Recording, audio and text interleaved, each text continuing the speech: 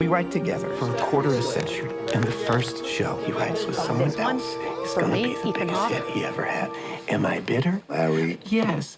Oh, Bobby Cannavale. Look at that. A new movie out Friday. It brings Broadway, right? The history of Broadway, the Great White Way to the big screen. We all know Rodgers and Hammerstein. Is it Stein or Steen? Stein. Because I always said Stein. Okay, good. Yeah. But have you ever heard of Rodgers and Hart? They are the duo behind songs.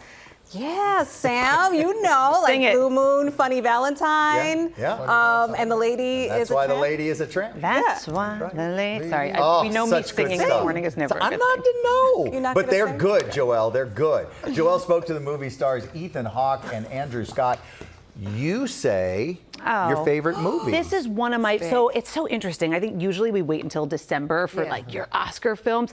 I have seen some of my favorite films recently. So Is This Thing On is one of them, which will come out, that'll come out later. This is absolutely one of them. It's also such a New York film. It takes place in Sardi's, which is, you know, if you guys at home, you know it's a restaurant with all of the Broadway caricatures. I had fun in Sardi's. Yes, it's over the course of one night.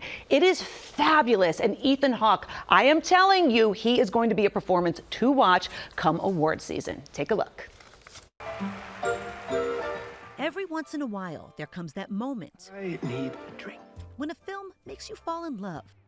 I want 10 copies of that. Not just with the story, but the art of storytelling itself. Something people haven't seen before, something big.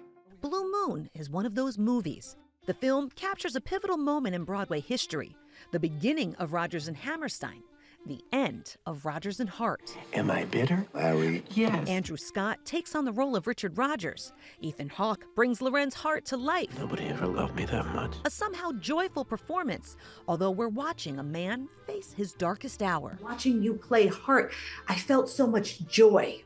Maybe the question is, was there joy in playing? It's so interesting what you're saying, because you're feeling the opposite thing of what the obvious thing is to feel, which is really flattering to the two of us, actually, because it is a triumph for Rodgers, and there's a pervasive sadness that he's the one person that understands really what the loss is here, and he's not sure that he's going to land on the other horizon. It's part of his essence. And because it's painful to watch, because of course then the audience has a job to do. Yeah. So now you are going to analyze me?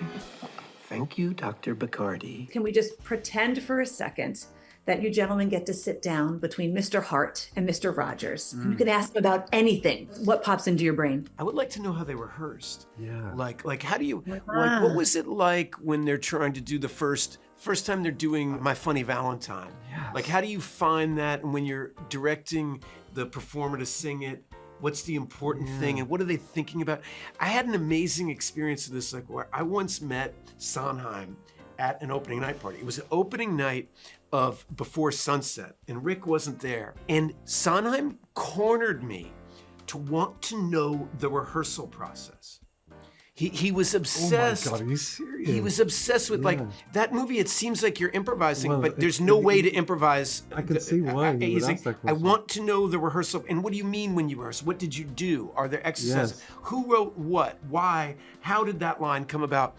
And I would like to, if I were with the two of them, I would love the opportunity, if they wouldn't get mad at me, to geek out about process. To be able to see, oh God, they really were floundering there. And to see people smoking and going, or getting on each other's nerves, or taking a break because of, you know, when they're dressed and they go home and take a bath, you know, that's the kind of stuff that you want to go. That's the part where the magic happens. Yeah. I'm in love with her, but everybody's in love with her.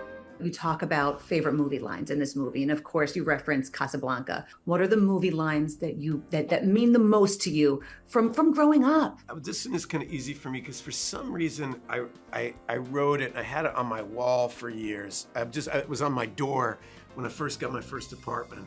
I put it on my door, which is R.P. McMurphy from One Flew Over the Cuckoo's Nest. He just said, "Well, at least I tried."